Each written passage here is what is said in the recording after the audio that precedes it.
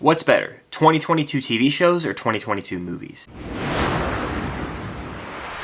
What's going on, guys? I'm Chris and welcome back to another video. So today I'm going to be giving you my top 10 favorite movies and TV shows of 2022, but this list is going to be combined, mixing movies and TV shows, because I think that we haven't gotten 10 great movies that I feel like talking about in an individual video or 10 individual TV shows. So I'm like, you know what? I'm going to talk about both forms of media in general and kind of combine them into one, because I feel like I've been watching almost just as much TV as I have movies. But before I get into this list, let me know your favorite movies and TV shows of the year so far down below. Make sure to hit that like button and subscribe and hit that notification bell so you don't miss out on any future top 10 lists or videos like this one. So without further ado, I'm going to get into this list. Coming at number 10 for me is going to be Pam and Tommy, the miniseries. It was on Hulu, starring Lily James as Pamela Anderson and Sebastian Stan as Tommy Lee. He actually got nominated for an Emmy for his performance in this role. And the overall story of this is just so crazy that it actually happened that I was so invested on a weekly basis. Sebastian Stan killed it. This is probably his best performance to date, right alongside I, Tonya. He's also really good in Fresh, which we may or may not talk about here in a second. And Lily James was also fantastic in the role. So it's headlined by two outstanding performances. And you also have Seth Rogen in this miniseries as well, who's sort of a main character in a way. But the story is just insane, and it's so crazy that this is actually based on real events that I was interested every single week, and I think it's worth watching at least once. Number 9 on my list is actually Fresh, the movie that I just mentioned Sebastian Stan being in. This movie is wild, and if you guys haven't seen it, I won't spoil too much or say anything really about the plot. But it involves, you know, this girl getting in a relationship with someone, and then for about the first 30 minutes of the movie, they go on a date, and they're really growing their relationship, and then something happens that completely changes the movie, and it makes it into this horror thriller in a way that's disturbing as hell at times, and I was really invested in the story. I was terrified for the main character, played by Daisy Edgar Jones, and it's just one of those suspense thrillers that really is worth the watch. It's only about an hour and a half to an hour 45 long. It's a quick watch. It's also on Hulu, and it is a riveting time, but damn is it dark, and if you can't handle some gruesome stuff, you might not be able to stomach this one. Number 8 on my list is going to be Peacemaker, one of the more slept on shows of the year. I think this is a better TV show than all of the MCU Disney Plus shows combined.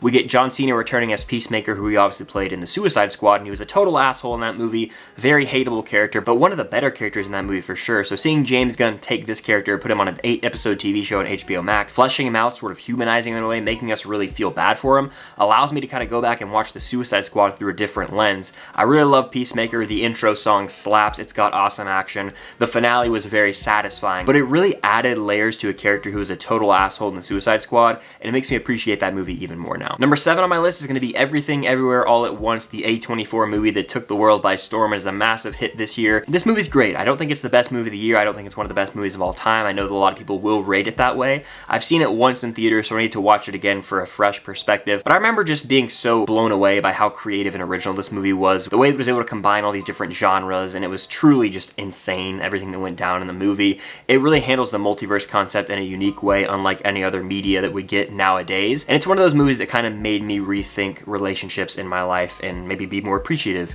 of the small things. Number 6 on my list is going to be Barry Season 3. I cannot praise this show enough. If you guys haven't watched Barry, you got to check it out. It's one of the best shows on TV right now, and again, Bill Hader continues to impress in this show, and this show is darkly comedic. It's so well acted and directed. This show is one of the best on TV right now when it comes to building tension. It's only 30-minute episodes, 8-episode seasons, and Season 3 might be the best yet. But it's also a season that focuses on redemption and earning forgiveness, and I love all those themes that are present in Barry Season 3. Number 5 for me is going to be Ozark Season 4, the final season that was split into 2 parts, both coming out this year. Ozark's one of the best Netflix shows of all time. It's one of my personal favorite shows of all time, and while the ending is really divisive, like the final 10 minutes of the finale, I dug it. I thought it was fitting for the Bird family, and I feel like this is an example of one of those shows where everyone's expectations were super high, so disappointment was inevitable for a lot of fans. The first 7 episodes of the season concluded with one of the wildest cliffhangers and shocking jaw-dropping moments in the entire show, and I thought the second half of the season ended in a fitting way as well. Jason Bateman's one of my favorite actors, so I just love seeing him in the dramatic role. The performances across the board are just stellar, and it's one of those shows that is just so bingeable. Number 4 on my list is going to be The Boys Season 3, which I actually might not even love as much as the other 2 seasons of The Boys, but that shows how high quality this show really is. Season 3, Episode 6, Herogasm, might be the best episode in the entire show. It features one of the most intense superhero fight scenes I've ever seen, movie or TV. Homelander's one of the greatest TV villains of all time, played by Anthony Starr wonderfully. The character is darkly comedic and can have moments that will make you laugh out loud, but at the same time, he can make you quiver with fear because of how scary he is and how he's taking on this leadership role where people are kind of buying into his viewpoints. It's very terrifying, and I love the way that this show always kind of has something to say about society. It's a very smart show. It introduced the character Soldier Boy, who was a scene stealer this season, played by Jensen Ackles.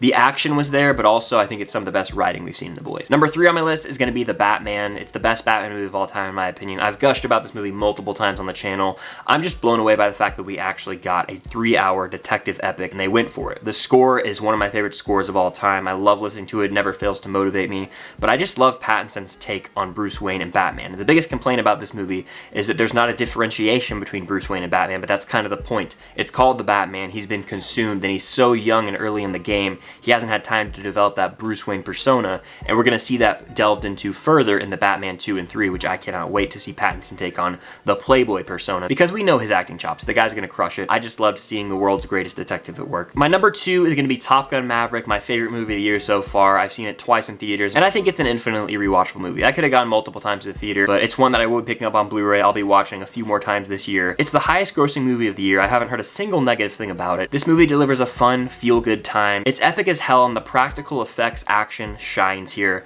The way they actually flew those jets and the dedication from Tom Cruise shows. It's one of the better action, feel-good movies, and it's a perfect legacy sequel. I think pretty much everyone loves this movie, and rightfully so. It's easily the best of the year in my opinion. But taking my number 1 spot has to be Stranger Things 4. You already know I haven't been able to shut up about the show because it's consumed my mind. This is my favorite show of all time, and this is the best season yet. The Duffer Brothers continue to impress when it comes to their ability to dive further into this world, exploring the upside down, exploring different character arcs, and just making it all click in a new and inventive way each season. We got a 2-hour and 20-minute finale episode that felt like a damn movie. I laughed, I cried, I felt a whole spectrum of emotions watching this, and I love seeing how far they've come from the visual effects department. You can really feel the budget at work in this show, and the masterminds that are the Duffer Brothers really gave it their all with season 4, and I'm sure season 5 will stick the landing, but season 4 of Stranger Things I've rewatched a ton. I've been consumed by this show, and it's by far my favorite piece of media in 2022. But that's gonna do it for my top 10 favorite movies and TV shows of 2022. Let me know yours in the comments down below. Make sure to hit that like button, and again, subscribe and hit that notification bell. I have tons of content coming very soon. Also, I wanted to give a shout out to Jason Carr, who actually picked up some film stocked merch. I'll put a picture right here. You guys can get your own merch just like it if you check out the link down below to my merch store. It is a Teespring store. You can use code STRANGER in all caps for 20% off your entire order.